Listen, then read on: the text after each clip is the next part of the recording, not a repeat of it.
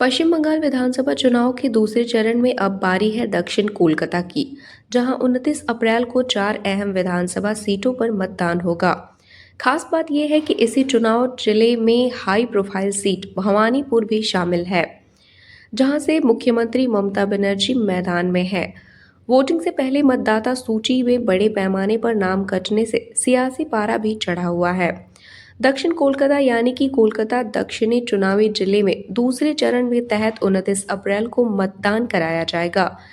जिले के 4 विधानसभा सीटों पर भवानीपुर, कोलकाता, पोर्ट रासबिहार और बालीगंज को वोट डालेंगे।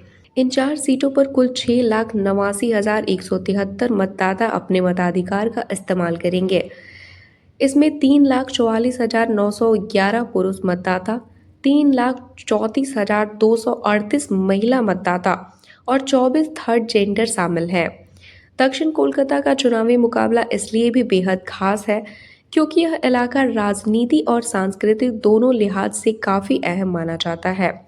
भवानीपुर सीट से मुख्यमंत्री ममता बनर्जी चुनाव लड़ रही हैं, जबकि भाजपा की ओर से सुवेंदु अधिकारी भी इस क्षेत्र में जोरदार प्रचार कर रहे हैं। चुनाव से पहले वोटर लिस्ट के एसआईआर के बाद बड़ी संख्या में मतदाताओं के नाम कटाए गए हैं। सबसे ज्यादा असर भवानीपुर सीट पर पड़ा है, जहां 91,000 से अधिक नाम सूची से काटे गए हैं। इसे लेकर सियासी आरोप प्रत्यारोप भी तेज हो गया है।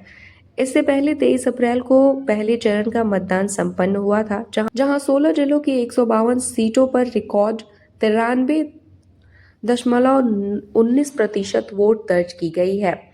अब सबकी नज़र दूसरे चरण की वोटिंग पर टिकी है। पश्चिम बंगाल की सभी 294 विधानसभा सीटों के लिए मतगणना 4 मई को होगी। उसी दिन साफ हो जाएगा कि राज्य में एक बार फिर तृणमूल कांग्रेस सत्ता बचा पाएगी या भाजपा इतिहास रचेगी। दक्षिण कोलकाता की इन 4 सीटों पर होने वाली वोटिंग सिर्फ चुनाव ही नहीं बल्कि बंगाल की सत्ता की दिशा भी तय करती है।